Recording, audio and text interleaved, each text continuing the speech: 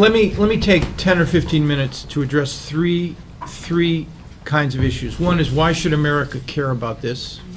Number two, what is the current situation, challenges that need to be overcome? And three, what would be necessary to have a serious negotiation that might produce agreements? All right? Why Americans should care. It's a long way away. It's, according to some people, the 100-year headache. But in my view, it is one of the few issues in which three elements come together. Number one, it's in our national interest to continue to play an effective role in this conflict. We have interests in the Middle East. We have friends. We have people who don't like us. From the 40s through arguably the 1990s, our interests revolved around containing the Soviet Union, preserving access to oil at fair and reasonable prices, key relationships with certain Arab states, Saudi Arabia, Jordan, Egypt, maintaining a support for the State of Israel, and resolution of conflicts. Those were the five issues that drove American policy roughly from the end of the Second World War until the collapse of the former Soviet Union with respect to this particular issue. Now, much of that has now changed. There is no more Soviet Union to be contained. Oil and oil prices have much more to do with market realities, supply and demand, as the current situation now shows. When there's pressure on demand and there's not a lot of excess supply, you get an increase, even without speculators. An increase in the price of oil. But that's not driven by the Arab-Israeli issue. But we still have interests. And as I mentioned to you before, preserving relationships with key Arab allies, even though they're all semi-authoritarians, the Egyptians, the Jordanians, and the Saudis, and other small Gulf states, and maintaining our relationship with the Israelis. We can talk about that in a minute. That's a core interest. Avoiding conflict, which could escalate, certainly between Israel and Syria. Both the Israelis and Syrians have weapons of mass destruction. The Israelis have nuclear weapons. The Syrians have biological and chemical weapons.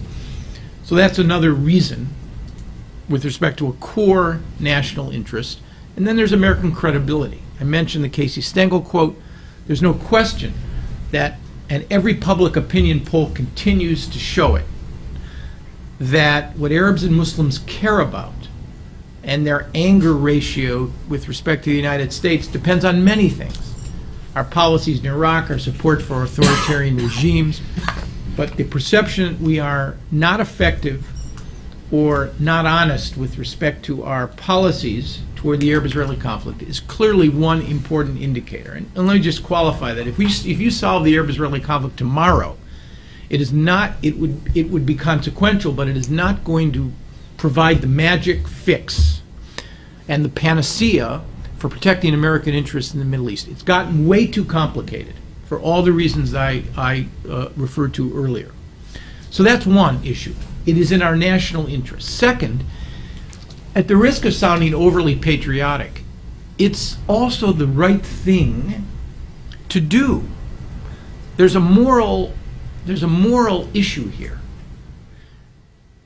On one level, the Middle East contains the origins of three great religions which continue to be extremely important to Americans. Christianity, in all of its many forms and aspects, Judaism, and Islam. If you take the 5.3 million American Jews and you combine them with the 6 million Muslims, and you combine them with scores of millions of Christians who believe varying degrees and in varying ways about the importance of the Holy Land, then there is a moral and religious stake that America has in this region. And its durability and resilience never ceases to amaze me. So that's the second reason. There's a moral, religious, spiritual, if I can even use that word, component, which makes Americans care about what happens there. And finally, this is a conflict in which we have demonstrated capacity to make a difference when we engage in a way that's wise, smart, tough, and fair. In my book, I'm a baseball fan. I created a Peace Process Hall of Fame. I nominated 3 Americans. I voted them in. I interviewed all 3 of them for the book: Henry Kissinger, Jimmy Carter, James Baker. These are the only 3, 2 Republican secretaries of state and 1 Democratic president, who actually did consequential diplomacy in this region. They all did different things. I'm not trying to compare their accomplishments. They were all different personalities, confronting different circumstances. But they are linked together by what I call in the book the 4 T's of effective diplomacy. They were tough. They gained the trust of the Arabs and Israelis with whom they dealt. They had an exquisite sense of timing. They knew how not to over-engage, Bill Clinton, or disengage, George W. Bush. And finally, they were tenacious. They stuck with this, and they owned this issue. My friend Larry Summers, who used to be the president of Harvard, said many controversial things, which is one of the reasons he's not president of Harvard. But he said one thing that, when I think about it, I always laugh, because it seems so ridiculous, but it's got so much wisdom behind it. He said, in the history of the world, nobody ever washed a rental car. And what Larry meant by that is that you only care about what you own. Not saying that's a great quality in human beings, but it's a natural tendency. You care and you invest in what you own. If you don't seem to invest in it or own it, you're not going to take it seriously, and nobody else is going to take you seriously. So these 3 demonstrated a real tenacity and ownership of these issues. For these 3 reasons, national interest, moral interest, and the capacity of America to make a difference, I would argue this is one of the few issues, there aren't many, one of the few issues in which these 3 things come together. And that's why we should care. Second, the gaps, the challenges. And other than Kennedy's quote, the other thing that guides me in my current career is the following 3 words: no more illusions. All right.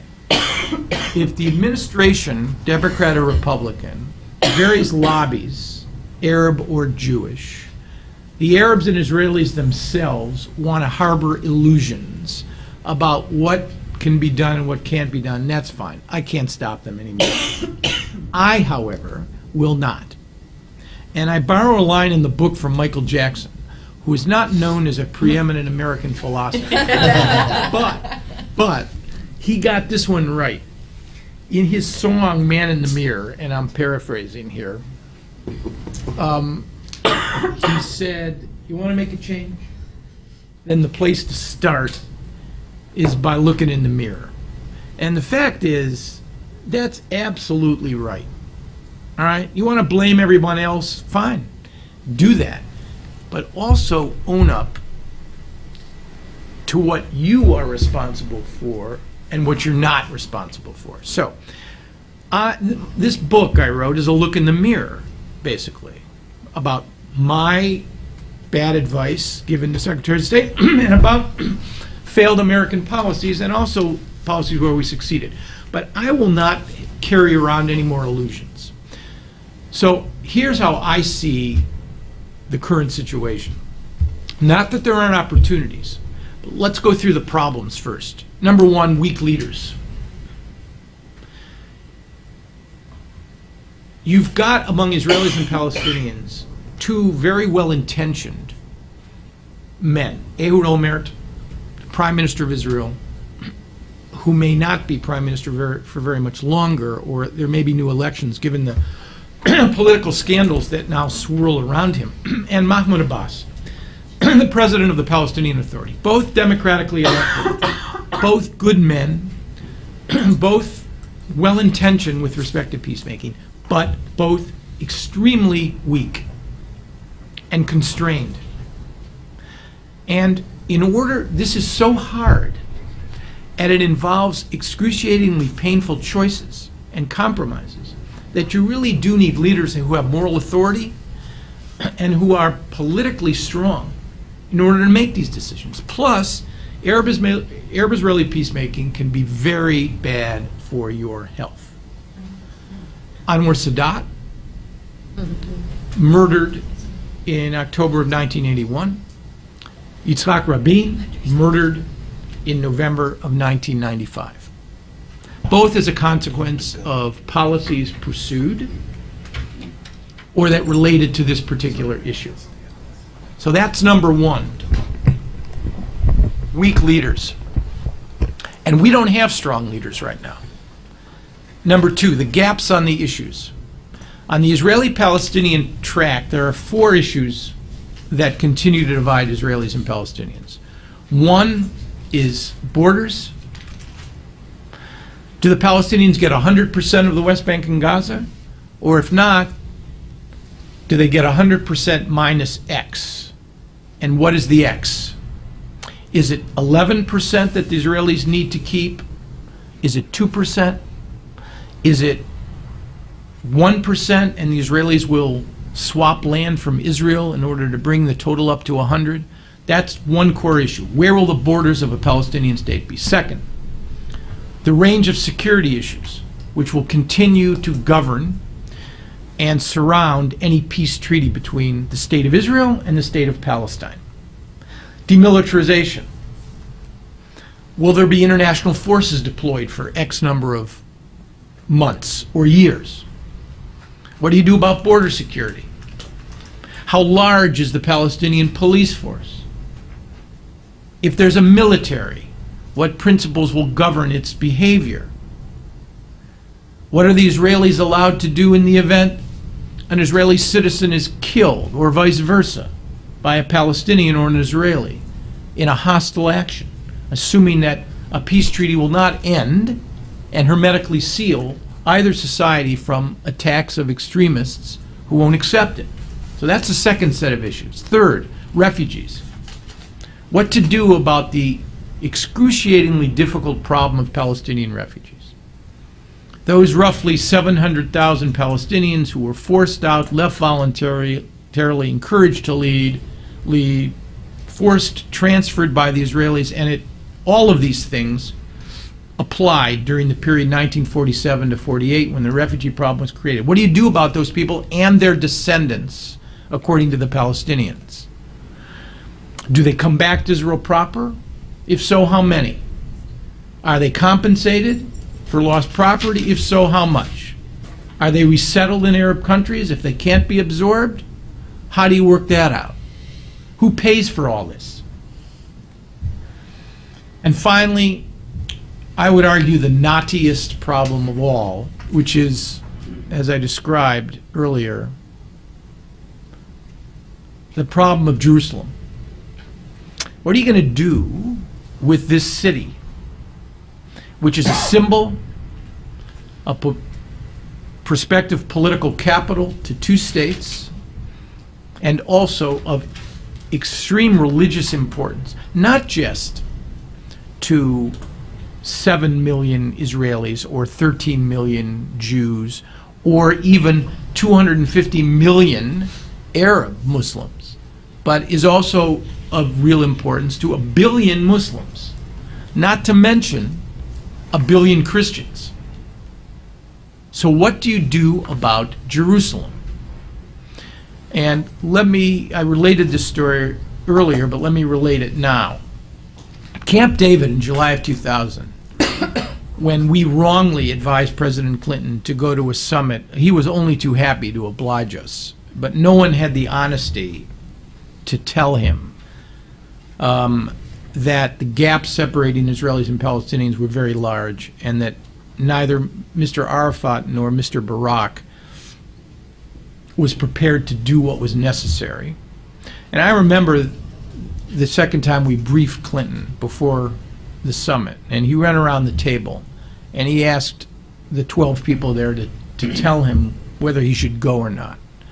And I was the most junior person at the table, so I was the last to speak. And everybody said more or less this: Mr. President, it'll be tough, but I think we can do this. And if you don't go, you're going to be blamed for not trying. And there may be violence. All of which is true. But when he got to me, I thought about this. And in one of the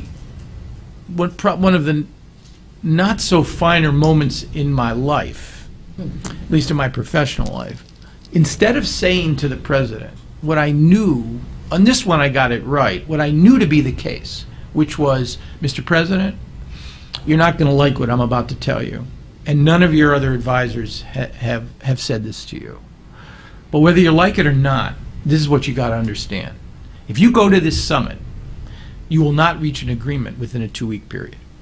The gaps are too big, the suspicion's too profound, the time is too short, and we're not ready. You can go, but if you go, we have to have a plan B. We have to ensure that Arafat and Barak don't blame one another, and in the end that we don't blame either side. Because if you do all that and we fail, we're going to be in a very serious situation. Instead of saying that, which is what I knew to be the case, I knew it, I said more or less what the National Security Advisor said, what the Secretary of State said, what my other colleagues said. And I say in the book that one of my motivations for not being honest, just so you know how low a moment it was that it occurred to me, after everyone else had spoken, including the Secretary of State and the National Security Advisor of the United States of America, that if I stood up and basically said, this is a bad idea, that there might have been one less person on the delegation to Camp David. Now, and I say in the book this was hardly one of my finer hours, and it's bothered me ever since. It really has really bothered me. Because whether or not my ticket would have been pulled, it really was right to do. And any president worth his or her salt would have said, you know, thank you. All right? I know it's going to be tough. I know we may not succeed, but I'm going to go do this. And your advice has helped me now understand what I need to do in the event we don't succeed. But since you had a chorus telling Bill Clinton, we're going to be fine, don't worry about it, it didn't work. But Jerusalem was the core issue. And just to show you how rational and pragmatic Americans are, on the 8th day of the summit, when it was 13 days long, and essentially when it collapsed, we were trying to figure out how to persuade Israelis and Palestinians to deal with the issue of overlapping sacred space. Because one of the problems in Jerusalem is that on this platform called the Haram HaSharif, the Noble Enclosure, I don't know if any of you have ever been, it's a 35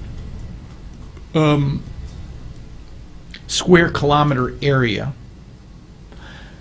and on top of this platform sits 2 mosques, among the 2 most holy mosques to Islam, the Dome of the Rock and the Al-Aqsa Mosque. Below the mosques sit the remains of both the first and the second Jewish temples. All right, so you've got as close to overlapping sacred space as possible. And by the way, it's not coincidental that the mosques were built on top of the remains of the temples. And it was a question of sovereignty. Who controls this area? Now, we came up with all kinds of ideas which we believed should have worked, and they were very clever. One was to give the Israelis sovereignty below, which would have meant no excavation and no digging by anybody. They would have sovereignty for what lies beneath. And we would give the Palestinians sovereignty over what lies above. It's a working area. It's a living area. People take their kids there. They have picnics there. Kids play there. They pray. It seemed reasonable. Rejected. We will not acknowledge what lies below. We will not give you sovereignty, we the Israelis, over what lies above. Then we tried to take sovereignty away from both of them. These were religious sites, we argued. Sovereignty doesn't belong to you, if we don't presume to say so ourselves. It belongs to God. We'll reposit it with God. So neither of you will have sovereignty. Well, of course, that wasn't going to work either. And it didn't work, obviously, because in our minds, Jerusalem was there to be shared according to a rational, logical set of compromises. But that's not what history teaches. I'm not arguing it has to be that way. But history teaches that Jerusalem is to be possessed in the name of God, my God, in the name of the tribe, or in the name of the nation. That's what history teaches, and that is what history and politics have imposed on the software of Israelis and Arabs. That is the fourth issue, and there is no solution to that right now. The third biggest challenge is the unique problem of what I call, and without meaning any disrespect, the Palestinian Humpty Dumpty. The Palestinian national movement has fallen off the wall, and it's broken into at least two parts. A Palestinian Authority led by Mahmoud Abbas, representing to some degree a secular, more moderate Palestinian nationalism, and Hamas, supported by the Iranians and the Syrians, a divided leadership which sits in Damascus as well as in Gaza, which is the religious manifestation of Palestinian nationalism. Unless there is one Palestinian authority with one negotiating position, one gun, and one law, the odds of these negotiations succeeding and creating a meaningful peace will be slim to none. Because no Palestinian prime minister or president can speak for half of the Palestinian community on these critical issues. And no Israeli prime minister is ever going to make concessions to a Palestinian partner who doesn't control all the guns. And this is a key issue. Because whether it's Washington, D.C. or the government of Sweden, governments must maintain a monopoly over the forces of violence within their societies. And I'm not talking about criminal elements. I mean, obviously, we can't take the guns away from criminals. But you cannot have a situation in which armed groups with ideologies that challenge the conventions of the state are operating in defiance of the state. You can't have that. Because if you do have that, your own constituents won't support you, and your neighbors won't believe you're credible. And finally, the last challenge is the regional environment, which is really bad for all the reasons that I talked about earlier. That's a huge set of problems that need to be overcome.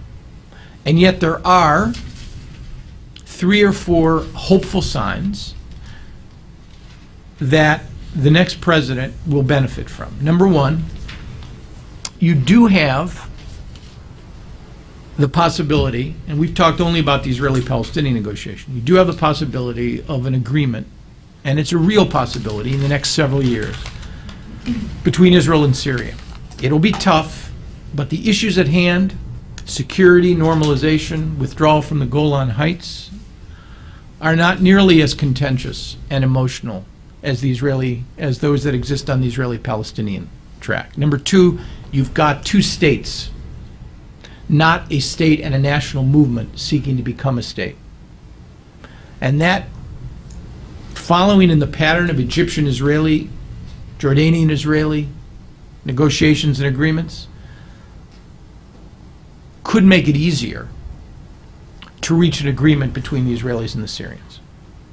So that's one piece of good news. Second, even though Mr. Abbas and Omer are weak, they like one another, and over the course of the last year they've had hundreds of hours of private discussion on these four core issues. So it would not surprise me if between now and the end of the year the two of them produced a piece of paper which may be of a general character, but advanced the negotiations so that the next president would have something on which to build. But let me close by making it unmistakably clear. A successful negotiation, this is my last point, a successful negotiation depends on four elements. Number one, leaders who are prepared to act and accept the consequences of their actions. Two, urgency. Are you in a hurry? Are there sufficient incentives that make you want to do this? Or are there sufficient disincentives that say to you, gee, if I don't do this, I'm going to end up with more pain than it's worth? So is there prospects of gain, or is there and are there prospects of pain if you don't act? That's the second element, which would have to be there. Three, you need, in my vernacular, a homework project that you can both complete and succeed in. If you try to shoot for something too big, you will fail with disastrous consequences. That's the third element, which might argue for an Israeli-Syrian agreement, because it is easier to do. And finally, you need a mediator. Let me be clear here on America.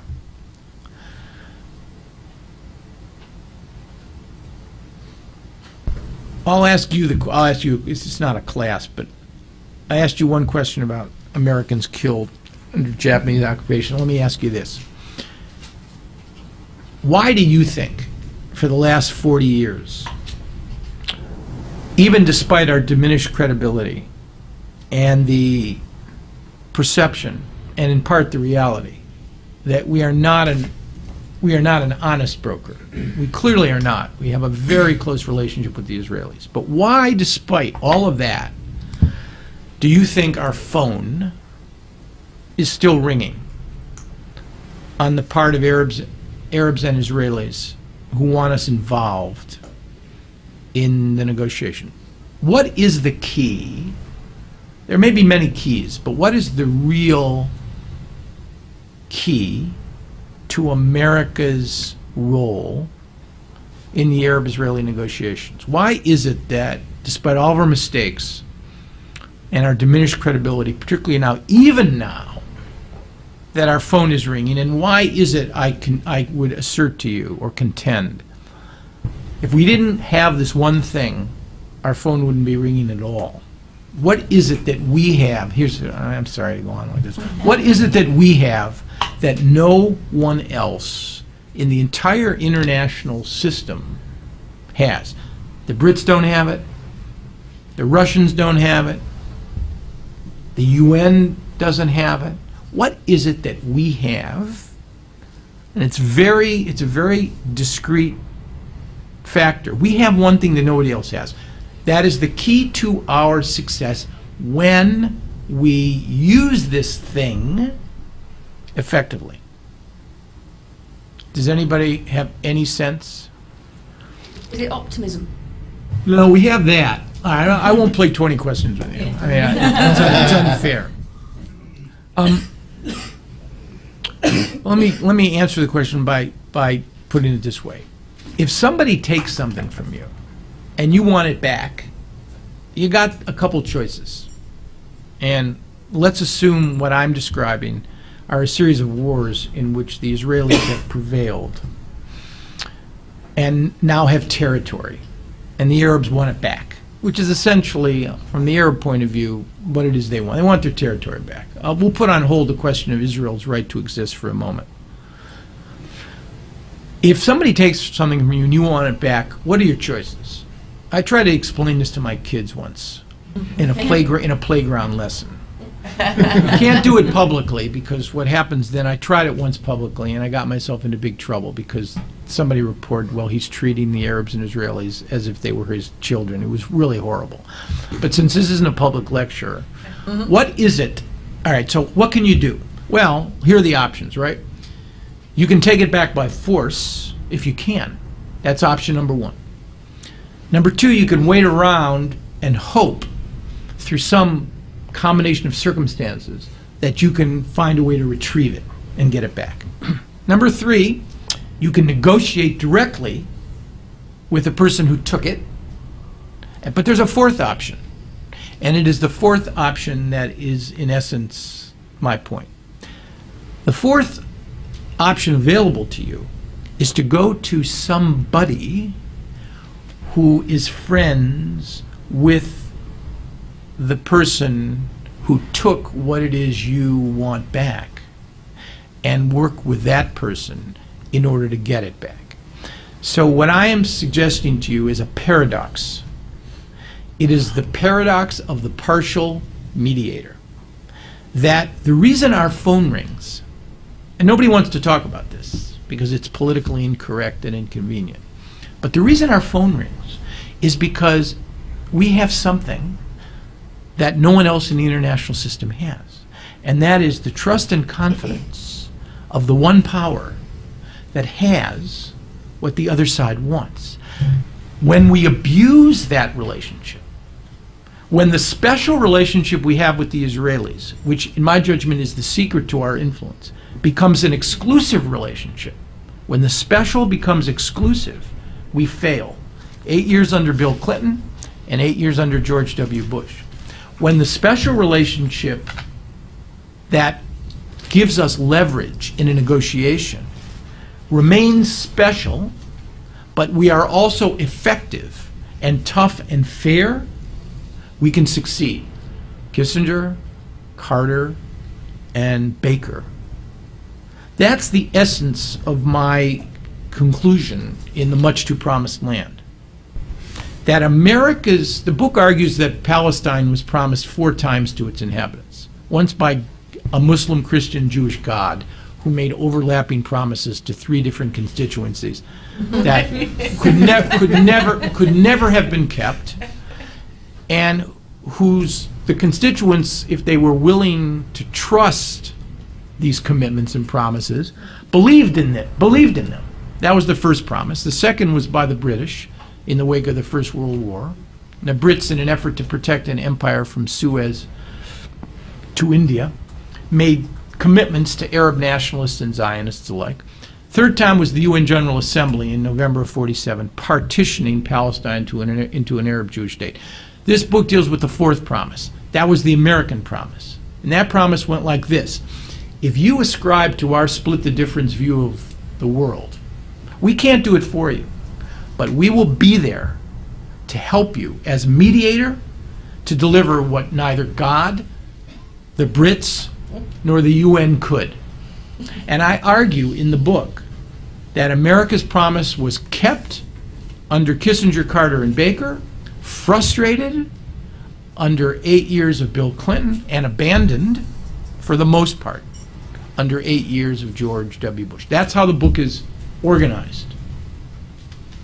When the special relationship with the Israelis gets exclusive, and by that I mean we feel the need to coordinate everything with them, and to get their permission to do everything, when we won't stand up or even privately and publicly describe things about Israeli behavior we don't like, when we always say yes to bad Israeli ideas when it comes to peacemaking, we don't have the independence and tactical flexibility, we cannot succeed. I interviewed every president except Bill Clinton, and every former president. I interviewed Jerry Ford before he died. I interviewed Jimmy Carter and George H.W. Bush. I worked for Bill Clinton for 8 years. He would not see me. He wouldn't see me because I wrote an op-ed in the Washington Post 3 years ago called Israel's Lawyer, in which I made a very elemental point. If you want an agreement, you got to become a lawyer for both sides. Your client is not one side or the other, but both, and your client is the agreement. That's who your client is. And I argue that too many American officials, including me, functioned as Israel's lawyer during most of the Clinton administration. Now that op-ed caused me an amazing amount of trouble. It really did, not just with former President Clinton, with a lot of people. But the point was so elemental. My friends in the Jewish community were outraged. But why? If you want an agreement and you want to be a mediator, guess what? Both sides at some point are going to say, we don't like what you're doing. We're angry because you're pushing us both to go further than we thought we would go. But you got to be fair and effective. Special relationship, extremely important. Exclusive relationship, it's a deal breaker. And that is what the next administration, Obama or McCain, needs to understand if they want to be effective on this issue. I'm going to stop. And if you have questions, comments, be more than happy to try to answer them in the time that remains.